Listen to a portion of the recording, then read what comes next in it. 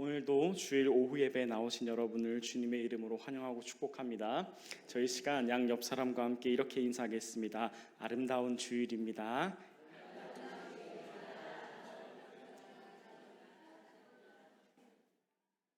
여러분 어떻게 오늘 아름다운 주일이십니까? 저희가 어떤 상황에 처해 있든 어떤 환경 가운데 있든 날씨가 좋든 아니면 나쁘든 어떤 시간 가운데에서도 일주일에 한 번 온전히 하나님께 드려지는 이 주일의 시간이 여러분에게 아름다운 시간이기를 간절히 소망합니다. 오늘 말씀 가운데로 한번 가보도록 하겠습니다. 오늘은 저희가 열왕기하를 계속해서 큐티를 하고 있습니다. 그리고 저희 중고등부 청년부 그리고 저희 교육부서는 열왕기하의 말씀을 가지고 매주 말씀을 나누고 있는데 오늘은 특별히 18장부터 계속되어지는 히스기야 왕에 대해서 보려고 합니다. 히스기야 왕의 인생은 한편의 드라마 같은 인생이었습니다. 드라마라 함은 그 인생의 가장 영광스러운 순간을 경험했고 맛보았고, 또한 히스기야 왕은 그 인생의 가장 비참하고 굴욕적인 순간 또한 경험했기 때문입니다. 오늘 저희가 읽은 본문은 히스기야 왕이 그 인생에 있어서 가장 굴욕적이고 비참한 순간을 경험하는 내용입니다. 그리고 오늘 저희는 이 순간, 히스기야가 그 굴욕적인 사건과 일을 당할 때에 히스기야 왕이 취하는 태도를 통해서, 그 반응을 통해서 우리 삶에서 일어나는 많은 상황 가운데 우리가 취해야 될 태도는 무엇인지 함께 보려고 합니다. 히스기야 왕은 열왕기서에서 몇 안 되는 상당히 좋은 평가를 받은 왕입니다. 열왕기하 18장 5절에 이렇게 말하고 있습니다. 히스기야가 이스라엘 하나님 여호와를 의지하였는데 그의 전후 유다 여러 왕 중에 그러한 자가 없었으니라고 합니다. 그 정도로 대단한 왕이라는 평가를 받은 게 바로 히스기야 왕입니다. 히스기야가 이러한 평가를 받을 수 있었던 이유는 뭐냐면 그의 조상, 그의 아버지, 그의 할아버지, 그의 조상들이 끊고 싶어도 끊지 못했던 그 문화와 그들의 인생에 깊숙이 박혀져 있었던 우상 숭배를 바로 누가 끊었냐면 히스기야가 끊었기 때문입니다. 그들이 하고 싶었지만 하지 못했던 산당을 제거하고 주상을 깨뜨리고 아세라 목상을 찍어 없앤 사람이 바로 히스기야였기 때문에 이 왕은 이 성경에서 그리고 하나님에게 굉장히 후하고 좋은 칭찬을 받았습니다. 하지만 곧바로 18장에 나오는데 곧바로 히스기야는 위기를 맞이하게 됩니다. 아수르라는 이방 나라가 본인들의 형제였던 이스라엘을 함락하고 그들을 치는 것을 보고 히스기야는 겁을 먹었고 아수르의 조공을 바치고 성전의 기물들과 성전의 돈까지도, 성전의 금과 은까지도 다 빼어서 아수르에게 바치는 내용 또한 있습니다. 히스기야가 맞이한 위기입니다. 그럼에도 불구하고 아수르라는 나라는 돈을 다 받았음에도 불구하고 유다, 히스기야 왕이 있었던 유다를 완전히 함락시키려고 합니다. 그러던 와중에 아수르 왕이 누구를 보내냐면 랍사게라고 하는, 지금으로 치면 국방부 장관 정도 되는 사람을 유다 성읍에 보냅니다. 그들이 유다 성읍을 둘러싸고 에워싸고 이 랍사게라는 사람이 대표로 나와서 무엇을 하기 시작하냐면 유다와 히스기야와 하나님을 모욕하기 시작합니다. 그 모욕의 내용을 저희가 조금 보면 좋을 것 같은데 제가 여러분에게 잠시 읽어드리려고 합니다. 열왕기하 18장 조금 긴데 한번 보시면서 들으시면 좋을 것 같습니다. 저희가 이해하기 쉽게 위해서 세 번역을 제가 가지고 왔습니다. 열왕기하 18장 19절부터 시작되는 내용입니다. 이렇게 모욕하기 시작합니다. 랍사게가 그들에게 말하였다.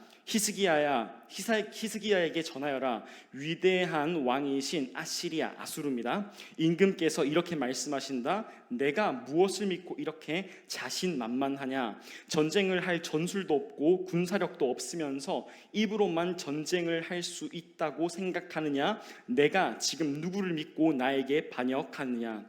이제 나의 상전이신 아시리아의 임금님과 겨루어 보아라. 내가 너에게 말 2,000피를 준다고 한들 내가 그 위에 탈 사람을 내놓을 수 있겠느냐? 그러니 내가 어찌 그 내 상전의 부하들 가운데에서 하찮은 병사 하나라도 물리칠 수 있겠느냐? 그러면서 병거와 기병을 지원을 받으려고 이집트를 의존하느냐? 랍사게가 일어나서 유다 말로 크게 외쳤다. 너희는 위대한 왕이신 아시리아의 임금께서 하시는 말씀을 들으라. 임금께서 이렇게 말씀하신다. 히스기야에게 속지 마라. 너는 너희를 내 손에서 구원해낼 수 없다. 히스기야가 너희를 속여서 너희의 주가 너희를 구원할 것이며 이 도성을 아시리아의 왕의 손에 절대로 넘겨주지 않으실 것이라고 말하면서 너희로 주님을 의지하게 하려 하여도 너희는 그 말을 믿지 말아라. 히스기야의 말을 믿지 말아라. 아시리아 임금께서 이렇게 말씀하신다. 나와 평화 조약을 맺고 나에게로 나아오너라. 그리하면 너희는 각각 자기의 포도나무와 자기의 무화과 나무에서 난 열매를 따먹게 될 것이며 각기 자기가 판 샘에서 물을 마시게 될 것이다. 내가 다시 너와 너희의 땅과 같은 땅 곧 곡식과 새 포도주가 나는 땅, 빵과 포도원이 있는 땅, 올리브 기름과 꿀이 흐르는 땅으로 너희를 데려가서 거기에서 살게 하고 죽이지 않겠다. 그러므로 히스기야의 말을 듣지 말아라. 너희의 주가 너희를 구원할 것이라고 너희를 설득하여도 히스기야의 말을 듣지 말아라. 문 민족의 신들 가운데에서 어느 신이 아시리아의 왕의 손에서 자기 땅을 구원할 일이 있겠느냐? 하맛과 아르밧의 신들은 어디에 있으며 스발와임과 헤나와 아와의 신들은 또 어디에 있느냐? 그들은 사마리아를 내 손에서 건져냈느냐? 여러 민족의 신들 가운데서 그 어느 신이 내 손에서 자기 땅을 구원한 일이 있기에 주 너희의 하나님이 내 손에서 예루살렘을 구원해 낸다는 말이냐? 여러분 이해를 하셨을 거라 믿습니다. 지금은 랍사게라는 사람이 하나님과 그 유다 땅과 그리고 히스기야를 모욕하고 있는 내용입니다. 그리고 나서 오늘 저희가 읽은 본문이 곧바로 그 말을 들은 이런 모욕적인 말을 들은 히스기야의 태도고 히스기야의 반응입니다. 오늘 저희가 읽은 첫 번째 구절 1절을 함께 보겠습니다. 뭐라고 말하고 있냐면 히스기야 왕이 듣고 이 말을 지금 들었습니다. 옷을 찢고 굵은 배를 두르고 어디로 갔냐면 여호와의 전에 들어가서라고 말하고 있습니다. 히스기야가 이런 모욕적인 말을 듣고 처음으로 한 것은 여호와 우리 하나님의 전에 들어간 일입니다. 영신교회 성도 여러분, 여러분에게 이 영신교회는 어떤 곳입니까? 히스기야에게 그리고 당시 이스라엘 백성들에게 여호와의 전은 하나님을 찾는 곳이었고 하나님을 만나는 곳이었고 하나님의 임재를 경험하는 곳이었고 하나님의 살아계심을 경험할 수 있는 곳이었습니다. 그러니 여호와 하나님께서 이방인들에게 모욕당하는 것을 듣고 참을 수 없어서 억울한 마음을 가지고 히스기야가 가장 먼저 찾은 곳이 하나님을 만나는 성전이라는 것입니다.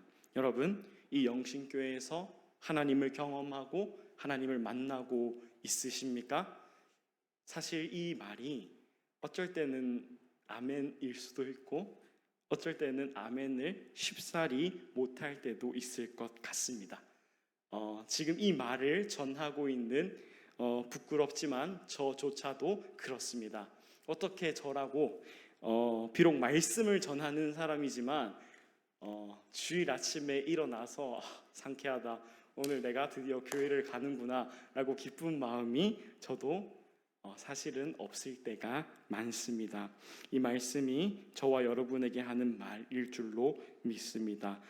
교회에서 하나님을 예배하는 예배의 장소에서 하나님을 만나고 하나님을 찾고 하나님을 경험하고 그 누구도 보여줄 수 없는 영광스러운 하나님을 경험하는 장소, 경험하는 시간이 이 시간이 그리고 이곳이 되어야 될 줄로 믿습니다.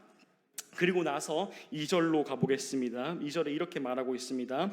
왕궁의 책임자인 엘리야김과 서기관 세납과 제사장 중 장로들에게 굵은 배를 돌려서 아모스의 아들 선지자 이사야에게로 보내매. 히스기야가 성전에 들어와서 첫 번째로 한 일이 바로 뭐냐면 사람들을 모아서 그들을 정렬시켜서 누구에게로 보내냐면 선지자 이사야에게로 보내는 것입니다. 지금 이게 무슨 말인가 하면 지금 저희에게는 하나님의 말씀이 있습니다. 근데 당시에는 기록되어 있는 하나님의 말씀이 없었고 그들이 하나님의 말씀을 들을 수 있는 유일한 방법은 선지자를 통해서였습니다. 그러니 지금 히스기야가 하는 일이 바로 뭐냐면 선지자에게 가서 하나님의 말씀을 좀 들어오세요 라고 명령하고 있는 겁니다. 바로 하나님의 말씀을 들으러 가는 일입니다. 또한 이 말씀을 들으러 갈 때 그 사람들을 보낼 때 히스기야는 그의 마음을 이렇게 3절에서 토로합니다. 그들이 이사야에게 이르되 히스기야의 말씀이 오늘의 환난과 징벌과 모욕의 날이라. 아이를 낳을 때가 되었으나 해산할 힘도 없도다. 이들의 현실을 히스기야가 말하고 있습니다. 지금 저희가 힘도 없고 능력도 없고 소망과 희망이 보이지 않습니다. 이것이 현실입니다 라고 말하고 있습니다. 그러면서 히스기야는 이사야에게 하나님의 말씀을 구했다라는 것이죠. 참 재미있고 참 이제 웃기면서 슬픈 것이 지금 우리에게 하나님의 말씀을 읽는 게 힘든 일이 되어 가고 있습니다.